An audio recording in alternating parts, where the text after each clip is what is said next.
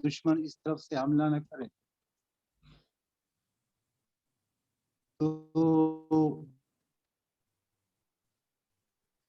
لیکن جب مسلمان جیت گئے اور کفار بھاگنے لگے، مشرکین بھاگنے لگے، تو وہاں پر غنیمت کا مال بھی تھا، اس کی طرف لوگ جب جانے لگا تھا، ان میں سے بھی کچھ لوگوں نے کہا کہ اب جنگ ختم ہے اور فتح ہوئی ہے تو ہمیں نیچے جانا چاہیے. بعض ساتھیوں نے ان کو منع کیا، لیکن وہ میجارٹی جو تھی وہ جگہ چھوڑ کر کے آ گئے اور مالی غنیمت کے رس میں وہ نیچے آ گئے. تو اس کے بعد جب وہ نیچے آ گئے اور تھوڑے سے لوگ رہ گئے تو دشمن نے جب دیکھا یہ جگہ خالی ہے تو مشرکین نے اس جگہ سے دوبارہ حملہ کیا اور پھر ایسی صورتحال بن گئی کہ جو فتح تھا وہ شکست میں تبدیل ہو گیا، مسلمانوں کو بہت نقصان ہو گیا. تو اللہ تعالیٰ نے اس موقع پر یہ چونکہ مال کے حرص کی وجہ سے، مالی غنیمت کے طمع کی وجہ سے لوگ وہاں سے اٹھے تھے، تو اس مال کے حرص کو اور زرپرستی کو ختم کرنے کے لیے اللہ تعالیٰ نے یہ آیات اتاری کہ یہ جو ہے مال کا حرص چھوڑ دیں، اس کی وجہ سے آپ کو نقصان پہنچتا رہے گا. اور خاص کر سود، تو سود میں دو فریقین ہوتے ہیں، ایک سود لینے والا اور سود دینے والا. تو سود لینے والے ان دونوں میں مختلف اوصاف پیدا ہوتے ہیں. جو سود لینے والے ہوتے ہیں اس میں طمع، لالچ، حرص اور زرپرستی کی خوبیاں پیدا ہوتی ہے. اور جو دینے والے ہیں، سود دینے والے غریب لوگ سود لیتے تھے، ان میں نفرت، غصہ اور حسد، اس قسم کی برے صفات پیدا ہوتے ہیں. اور اس کے مقابلے میں اگر نفاق فی سبیل اللہ کی جائے، قرض حسنہ دیا جائے یا ویسے خیرات و صدقات کی شکل میں مال دیا جائے تو اس سے بڑے اچھے صفات انسان کے اندر پیدا ہوتے ہیں. مثلا فیاضی، رحم دلی، ہمدردی، محبت، اس قسم کے صفات مسلمانوں میں پیدا ہو سکتے ہیں. اس لیے اللہ تعالیٰ نے یہاں پر لوگوں کو سود کھانے سے منع کیا اور یہ اشارہ دیا کہ بھائی اگر کوئی غریب ہے تو مال ایسے دے دو خیرات و صدقات کی شکل میں یا قرض حسنہ کی شکل میں، تاکہ آپ کے آپس میں محبت بھی رہے، ہمدردی بھی رہے اور ہمدلی بھی رہے. تو یہ سود کے بارے میں بات تھی. اور آخر میں یہ جو فرمایا کہ واتقوا اللہ لعلکم تفلحون، اللہ سے ڈرو، یعنی اللہ سے ڈرنے کا میرے اس حکم کو مانو، اس پہ چلو، لعلکم تفلحون، تم فلاح پاؤ گے. آگے اللہ تعالیٰ فرما رہا ہے کہ واتقوا النار التی اعدت للمتقین، اور اس آگ سے ڈرو جو کہ کافرین کے لیے بنائی گئی ہے. کافرین کون ہے؟ جو ایک تو اللہ کو نہ ماننے والے اور یا نبی کو نہ ماننے والے، قرآن وہ بھی ہے، لیکن اگر اللہ تعالیٰ کے حکموں پر نہ چلنے والے ہو وہ بھی اللہ تعالیٰ نے کافروں میں شمار کیا. اس لیے اس کے فوراً بعد سود منع کرنے کے بعد فوراً فرمایا کہ اس آگ سے اور اس جہنم سے ڈرو جو کافروں کے لیے میں نے بنائی ہے. وَأَطِيعُوا اللَّهَ وَالرَّسُولَ لَعَلَّكُمْ تُرْحَمُونَ، اللہ اور رسول کی اطاعت کرو تاکہ تم پہ رحم کیا جائے. مقصد پھر وہی ہوا کہ میری فرمان برداری کرو، تم پہ رحم کیا جائے گا، تم کامیاب رہو گے. اگر تم میری نافرمانی اور رسول کی نافرمانی کریں گے تو پھر تمہیں جہنم میں جانا پڑے گا کافروں کی طرح، جس طرح کافر لوگ جاتے ہیں اس طرح نافرمان لوگ بھی چلے جائیں. اور آگے اللہ تعالیٰ نے فرمایا، اللہ تعالیٰ ان آیات کریمہ میں مومنانہ صفات کا ذکر فرما رہے ہیں. وَسَارِعُوا إِلَى مَغْفِرَةٍ مِّن رَبِّكُمْ، اور میری مغفرت کی طرف دوڑ کر چلو. وَجَنَّةٍ عَرْضُهَا السَّمَاوَاتُ، اور اس جنت کی طرف دوڑ کر کے چلو جس کی وسعت آسمانوں اور زمین جیسی ہے، اعدت للمتقین، اور یہ جنت متقی لوگوں کے لیے میں نے بنائی ہے۔ اور متقی پھر آگے اللہ تعالیٰ ان کی صفات بیان کر رہے ہیں کہ کون لوگ ہیں۔ الذین ينفقون فی السراء، متقی وہ لوگ ہیں جو اللہ کے راستے میں خرچ کرتے ہیں، خواہ خوشحال ہو، والضراء یا بدحال ہو، والکاظمین الغیظ یعنی غریب ہو یا مالدار ہو۔ اگر غریب ہے تھوڑا سا خرچ کر لے، مالدار ہے زیادہ خرچ کر لے، لیکن دونوں صورتوں میں خرچ کرنا چاہیے اللہ کو ماننے والوں کے لیے۔ والکاظمین الغیظ، اور دوسری صفت متقیوں کی یہ اللہ تعالیٰ نے بیان فرمایا، اپنے غصے کو پی جاتے ہیں، اپنے غصے کو کنٹرول کر لیتے ہیں۔ یہ غصہ جو ہے نا یہ شیطان کی صفت ہے، اور اس سے ہمیں بچنا چاہیے، اللہ تعالیٰ کا حکم ہے۔ غصے کو پی جانے والے لوگ متقی شمار ہوتے ہیں۔ والعافین عن الناس، اور لوگوں کو معاف کرنے والے، یعنی لوگوں سے غلطیاں ہوتی ہیں تو متقی وہ لوگ ہیں جو لوگوں کو چھوٹی چھوٹی غلطیاں بڑی بڑی غلطیاں معاف کر دیتے ہیں۔ دوسری جگہ بھی اللہ تعالیٰ نے فرمایا سورہ حجرات میں، وَإِذَا خَاطَبَهُمُ الْجَاهِلُونَ قَالُوا سَلَامًا، جب جاہل لوگ آپ کو مخاطب ہو جائے، کوئی غلط بات کر جائے تو آپ اس کو کہہ دے سلام، یعنی اس کا کوئی جواب نہیں دے، معاف کر لے۔ تو یہ صفات اگر ہم اپنائیں گے، مسلمان اپنائیں گے، خوبصورت معاشرے بن جاتے ہیں۔ نبی صلی اللہ علیہ وسلم کے وقت میں ان کے وہ عربی دان تھے، وہ لوگ قرآن کو سمجھ رہے تھے، جب یہ آیات پڑھتے تھے تو اس کے اوپر عمل بھی کرتے تھے، اس لیے بہت خوبصورت معاشرہ بن گیا۔ قرآن کے اندر کتنی مومنانہ صفات ہے، وہ پڑھتے تھے، سمجھتے تھے، ان کے عمل پیرا ہوتے تھے، بہت خوبصورت معاشرہ نبی صلی اللہ علیہ وسلم کے وقت میں بن گیا تھا۔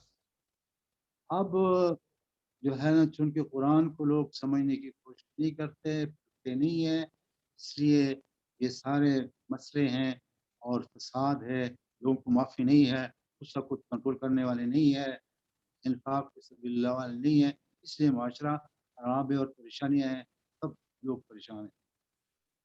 اور اگر یہ صفات لوگ رکھیں گے کہ اللہ کے راستے میں خرچ کریں گے، خواہ غریب ہو یا مالدار ہو، اور غصہ کو بھی کنٹرول کر لیں گے اور لوگوں کو بھی معاف کر لیں گے، تو پھر اللہ تعالیٰ فرماتا ہے اللہ یحب المحسنین، ایسے نیک لوگ اللہ کو بہت پسند ہے۔ دیکھیں نا کتنی اچھی بات اللہ تعالیٰ نے فرمائی کہ یہ لوگ مجھے بہت پسند ہے۔ تو ہمیں چاہیے کہ ان صفات کو اپنائیں اور اللہ تعالیٰ ہمیں پسند کریں، اللہ تعالیٰ کا پسندیدہ بن جائیں گے اگر ہم یہ صفات اپنائیں گے۔ والذین اذا فعلوا فاحشۃ او ظلموا انفسهم،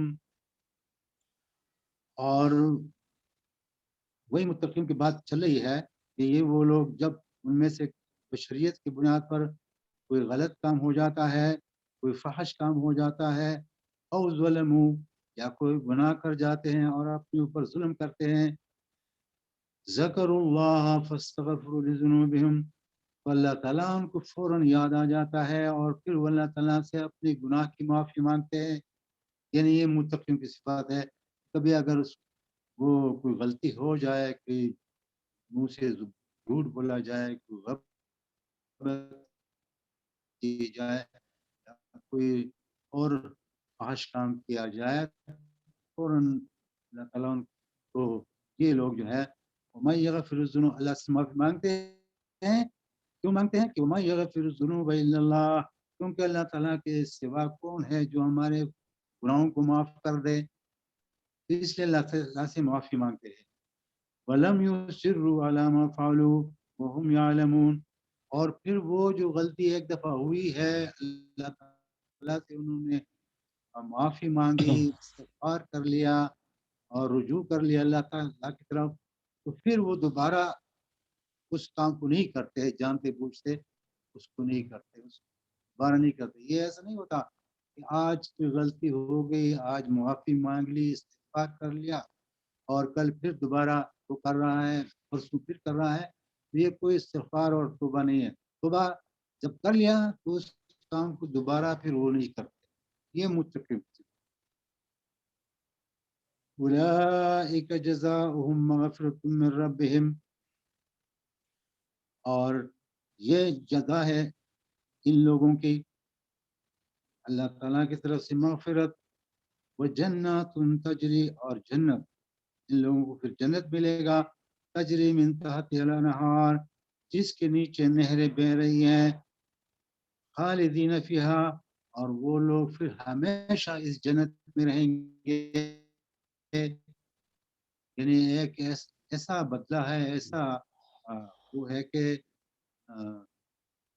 ہمیشہ رہیں گے، ہمیشہ ہمیشہ کے لیے، کوئی ختم نہ ہونے والی بات ہے، جنت میں ہمیشہ رہیں گے۔ یا چلا جائے دوزخ میں ہمیشہ رہے گا، اور جنت، اور یہ بہت بڑا اجر ہے نیک کام کرنے والوں کے لیے، یعنی جنت۔ جس طرح دنیا میں ہم کہتے ہیں کہ فلاں کامیابی، فلاں لوگ کامیاب ہے، فلاں لوگ کامیاب، اللہ کی نظر میں کامیاب کون ہے؟ اسی جگہ فرمایا اللہ تعالیٰ نے، ومن زحزح عن النار وادخل الجنہ فقد فاز، جو جہنم سے بچایا گیا اور جنت میں داخل کر دیا گیا، تو یہ لوگ کامیاب۔ اصل کامیاب اللہ کی نظر میں کون ہے؟ جو جہنم سے بچ جائے اور جنت میں داخل ہو جائے، یہی کامیابی۔ ہمیں بھی یہ اللہ تعالیٰ کی کامیابی کا جو وہ ہے حق ہے، کامیاب کون لوگ ہے؟ جہنم سے بچنے والے اور جنت جانے، یہ کامیاب۔ ہمیں بھی اپنی نظروں میں یہ پیش نظر رکھنا چاہیے، اللہ تعالیٰ کی جو پیمانہ ہے کامیابی کا، یہ پیش نظر رکھنا چاہیے۔ نظر آ جائے جس کے پاس مکان بہت بڑے آ جائے، کارخانے آ جائے، تو وہ کامیاب ہے؟ نہیں، اللہ کی نظر میں یہ کامیاب نہیں ہے۔ اللہ تعالیٰ سب سے بڑا بادشاہ ہے نا، اللہ تعالیٰ نے پیش نظر رکھنا چاہیے، وہ ہماری نظر رکھنا چاہیے، اس پیمانے پر پورا ہم اترے کہ ہم بھی جہنم سے بچنے اور جنت جانے کی کوشش کریں۔ آگے اللہ تعالیٰ فرماتا ہے قد خلت من قبلکم سنن، قد خلت من قبلکم سنن فسیروا فی الارض فانظروا کیف کان عاقبۃ المکذبین۔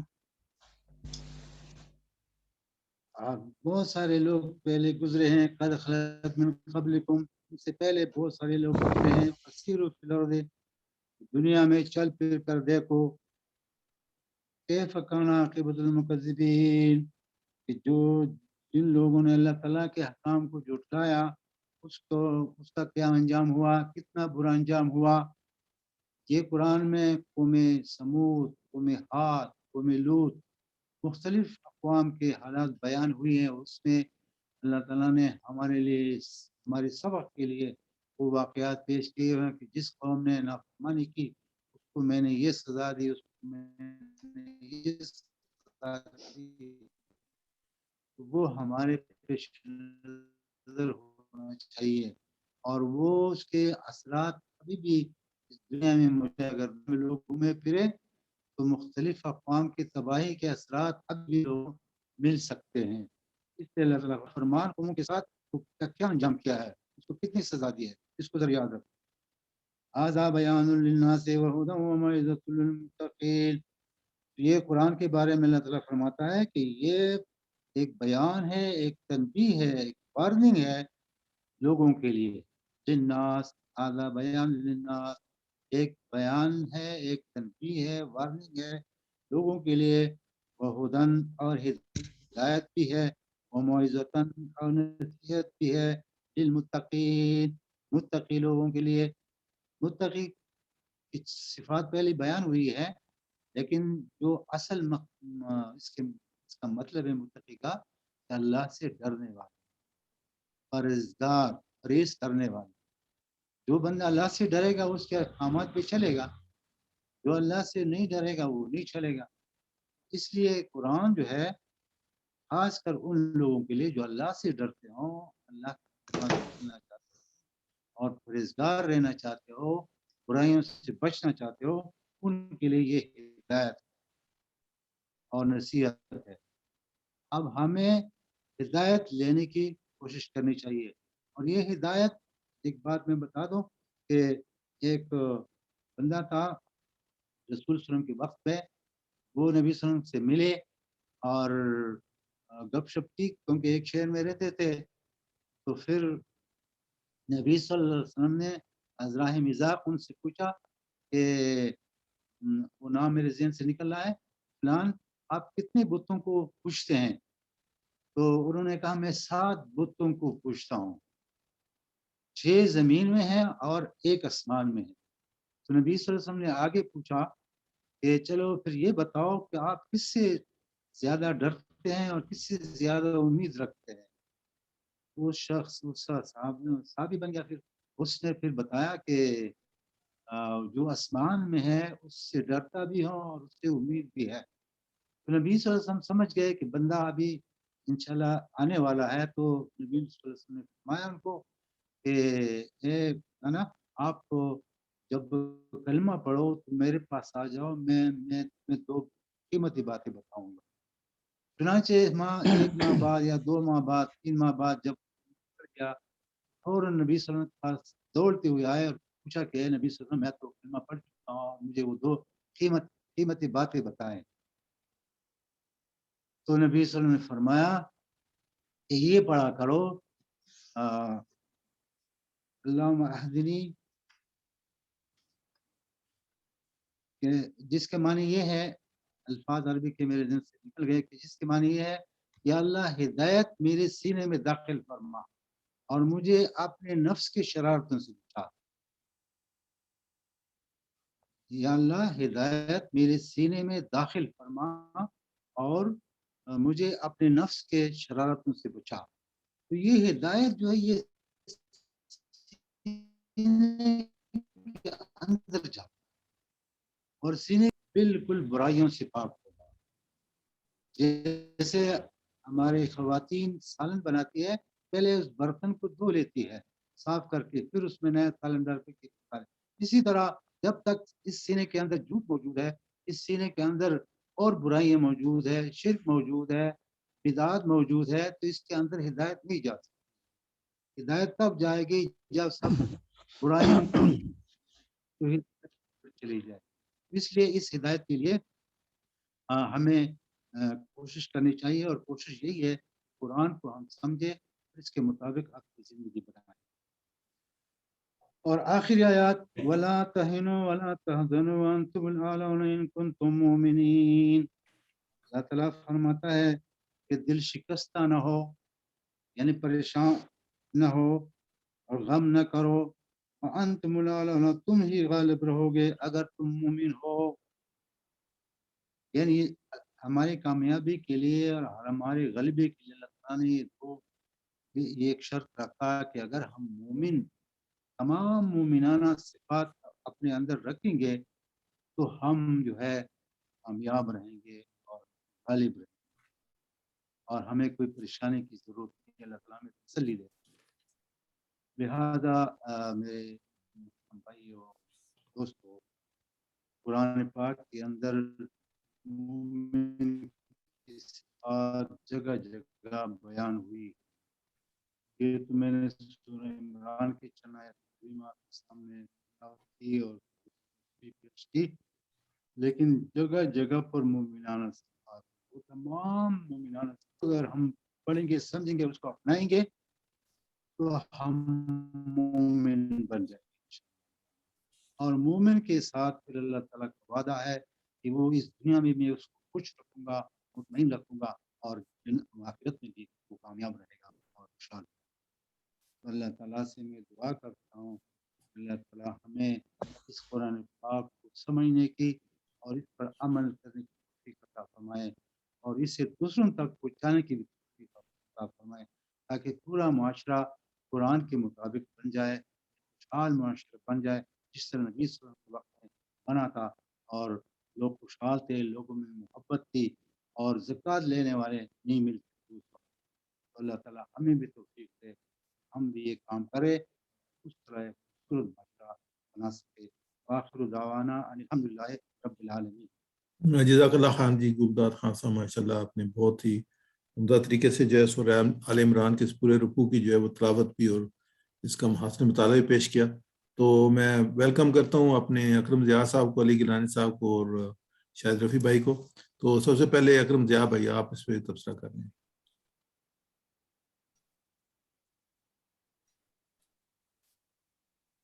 جی اکرم ضیاء بھائی. السلام علیکم. جی السلام ورحمۃ اللہ وبرکاتہ. اچھا, میں معذرت چاہتا ہوں کہ میں تھوڑا سا لیٹ میں نے جوائن کیا تھا. گلداد خان صاحب کا باقی لیکچر تو سارا میں نے سنا ہے الحمدللہ. ماشاءاللہ انہوں نے بہت ہی اچھا اس کی تیاری بھی کی تھی. اس میں تھوڑی سی چند باتیں جو میں نے نوٹ کی ہیں, یعنی میں اس انداز سے اس پہ تبصرہ کروں گا کہ جیسے کوئی ان کے درس کے اندر لیٹ شریک ہو سامعین میں سے, تو مجھے شروع میں تو کوئی اندازہ نہیں ہو رہا تھا کہ آیا یہ کس موضوع پہ ہے. ہو سکتا ہے شروع میں انہوں نے کوئی اس کا ان آیات کا کوئی موضوع بھی بتایا ہو اور اس کا شان نزول بھی بتایا ہو. اگر جو بھی سلیکٹڈ آیات ہوتی ہیں قرآن کی, میں سمجھتا ہوں کہ اگر ان کا شروع میں شان نزول بتا دیا جائے, اس کا تھوڑا سا تاریخی پس منظر بتا دیا جائے, اور اس کے اندر جو موضوعات آ رہے ہیں, جو آیات آ رہی ہیں, ان کو پھر اس کے ساتھ جوڑا جائے تو یہ زیادہ مؤثر ہوتا ہے. پھر اسی طرح سے معاف کرنے کا اور غصے کا جو صفات مومنین کی بیان ہوئی ہیں, ان کے ساتھ اگر ایک ایک واقعہ صحابہ کرام کی زندگی میں سے یا رسول اللہ صلی اللہ علیہ وسلم کے دور میں سے جوڑ دیتے تو بہت ہی مؤثر ہو جاتا. اس کے علاوہ تو ماشاءاللہ ان کا بہت اچھا انداز بیان تھا. باقی تبصرہ میں چھوڑتا ہوں, تمام علماء بیٹھے ہوئے ہیں, تھوڑا تھوڑا وقت سب لیں گے, تو ماشاءاللہ اللہ ان کو جزائے خیر عطا فرمائے. جزاک اللہ خیر جی, بہت شکریہ آپ کا. ماشاء اللہ آپ نے بہت جامع جو وہ طریقے سے جو ہے وہ آپ نے اس کو پیش کیا. تو اپنے محترم ہمارے کہاں چلے گئے, علی گیلانی صاحب چلے گئے, شاہد رفیع صاحب, شاہد بھائی.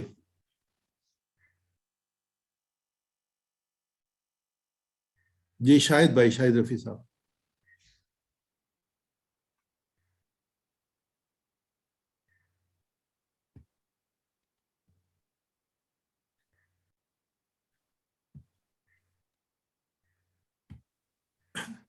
محترم اپنا گلداد خان صاحب, جو میں نے چیزیں نوٹ کی ہیں وہ میں آپ کے سامنے پیش کر دیتا ہوں. تو جیسے اپنے اکرم ضیاء بھائی نے بھی کہا کہ کیونکہ آپ رکوع پورا کر رہے تھے, پہلے تو یہ کہ رکوع بہت ہیوی ہوتا ہے 20 منٹ کے درس کے لیے, تو اس کے لیے بہت بہتر یہ ہوتا ہے کہ آدمی ایک یا دو آیات لے لے اور ایک دو موضوعات اس میں آ جائیں گے, انہیں میں فوکس کرے, پوری اس کو رکوع کا نہ لے. لیکن ٹھیک ہے, اس میں کوئی نہیں ہے, اس طریقے سے بھی پروگرام کیا جا سکتا ہے. اور آپ نے ماشاءاللہ پورے 25 منٹ لیے ہیں, اور اگر 40 منٹ کا پروگرام ہو تو بڑے آرام کے ساتھ تھوڑا سا اس میں اضافہ کر کے اپنے 40 اور 45 اور 50 منٹ تک اس کو لے کے جا سکتے ہیں, کیونکہ اس رکوع میں بے شمار جو ہے نا وہ ہر آیت ایک اپنا ایک پورا موضوع تھی, تو اس کو آپ اس کا ترجمہ اور تھوڑی سی تفصیل کے ساتھ آپ چلتے رہیں. یہ بھی ایک سٹائل ہے درس کا, اس میں کوئی حرج والی بات نہیں ہے. جو دوسری بات میں نے نوٹ کی وہی جو اپنا جو محترم اکرم بھائی نے بھی رکھی کہ اس میں جو اپنی واقعات تھے وہ بھی کم آئے ہیں اور احادیث بھی کم آئی ہیں. تو جو تفسیر ہے اس میں سب سے امپورٹنٹ چیز احادیث ہوتی ہیں, اور جتنے اس میں موضوعات ہیں سب میں آپ کو احادیث مل سکتی تھیں تفاسیر سے بڑی آسانی کے ساتھ. تو ان کو جو ہے کم از کم 3-4 ایسی حدیث جو کہ واقعاتی حدیث بھی ہوتی ہے, جیسے آپ نے ایک واقعاتی حدیث جو ہے اس میں وہ لے کے آئے ہیں پوری تفصیل کے ساتھ.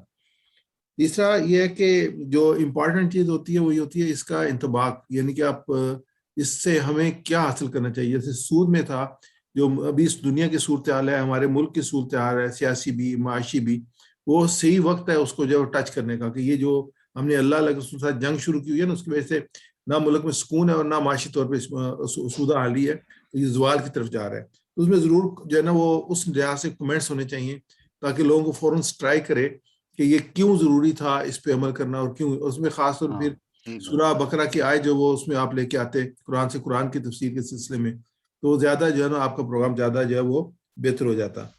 تو اس میں جزاک اللہ خیر. باقی الحمدللہ تھوڑا سا آواز جو ہے نا آپ کے بالکل ایک ہی لیول کی اور دھیمی آواز ہے, تو تھوڑا سا نا اس کو بلند کر کے کم کرنا, اوپر اتارنا چڑھانا, یہ بھی درس کے لیے مدرس کے لیے ضروری ہوتا ہے. اس کے لیے اس کی گفتگو زیادہ جو ہے وہ زوردار بن جاتی ہے.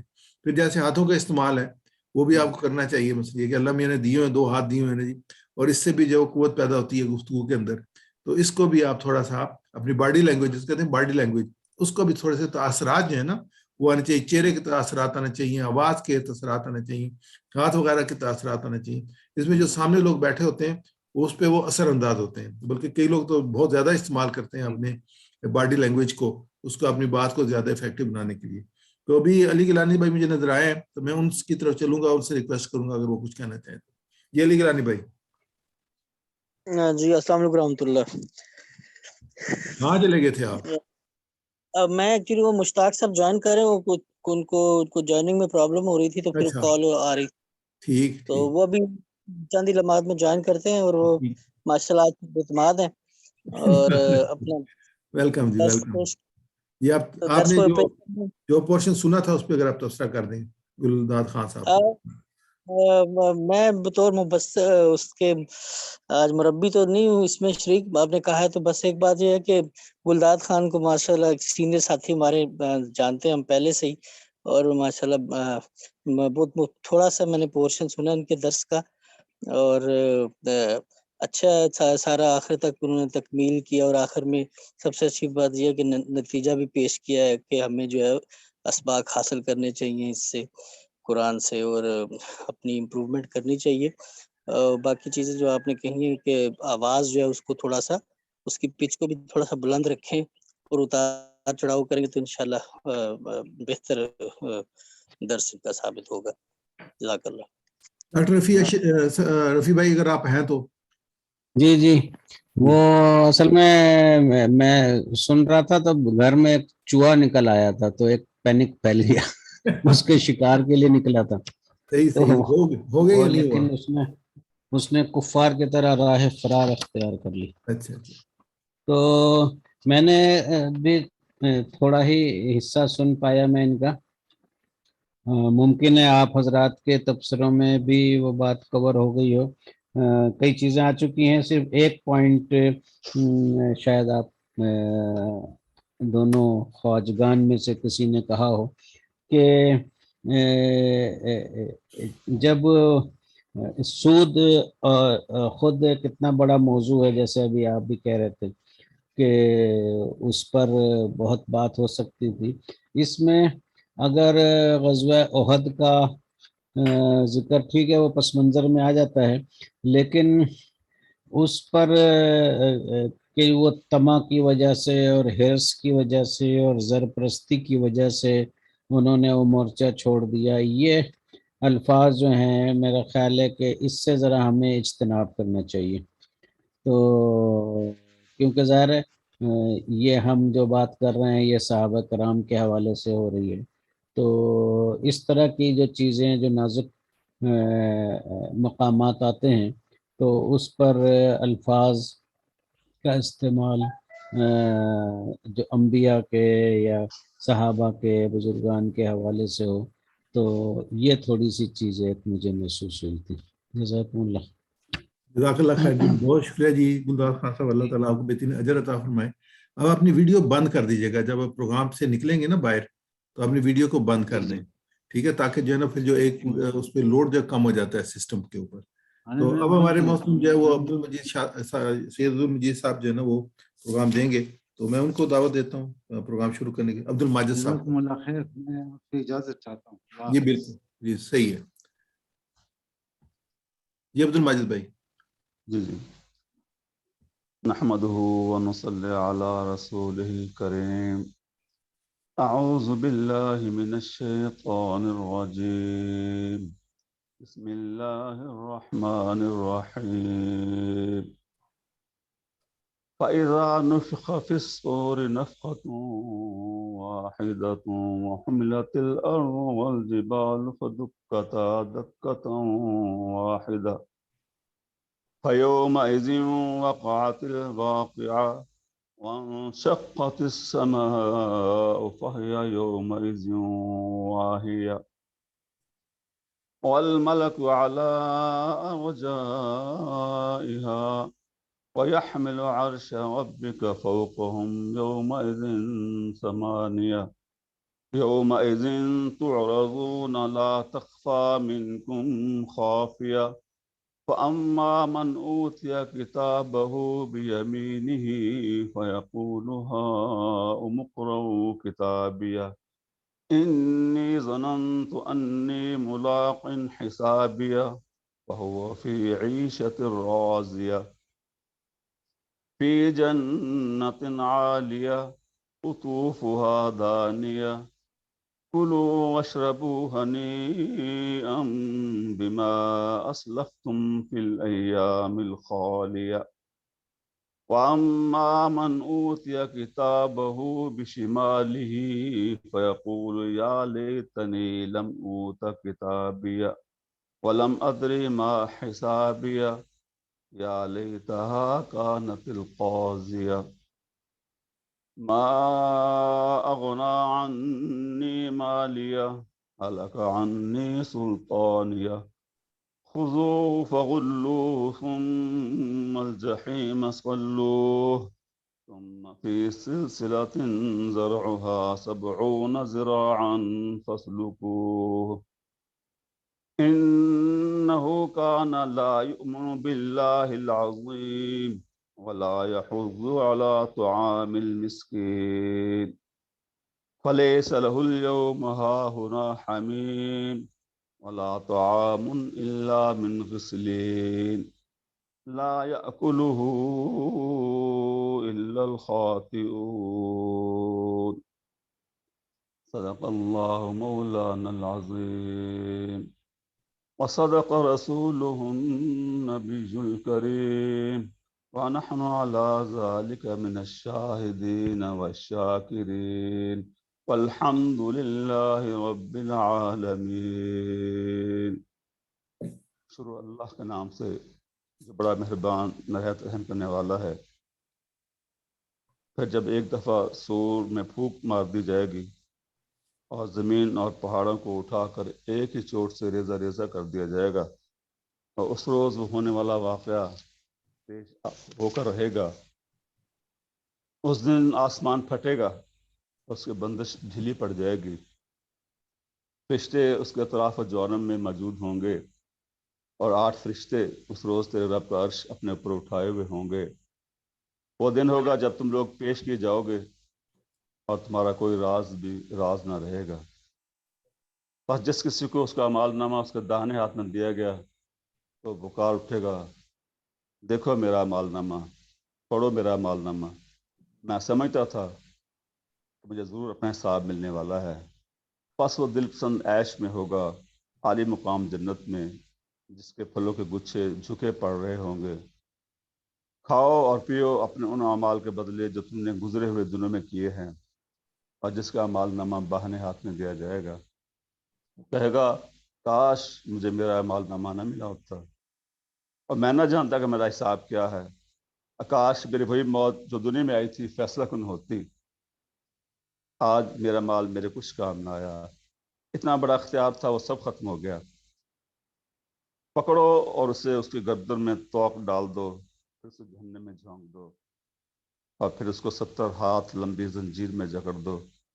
یہ اللہ جو بطر پر نا ایمان لاتا تھا اور مسکین اور نامسکین کو کھانا کھلانے کی ترغیب دیتا تھا، لہذا آج یہاں سے کوئی غمخوار نہ ہوگا، نہ زخموں کے دھون پیپ کے سوا کوئی کھانا اس کے لیے ہوگا، اور یہی خطا کاروں کا کھانا ہے۔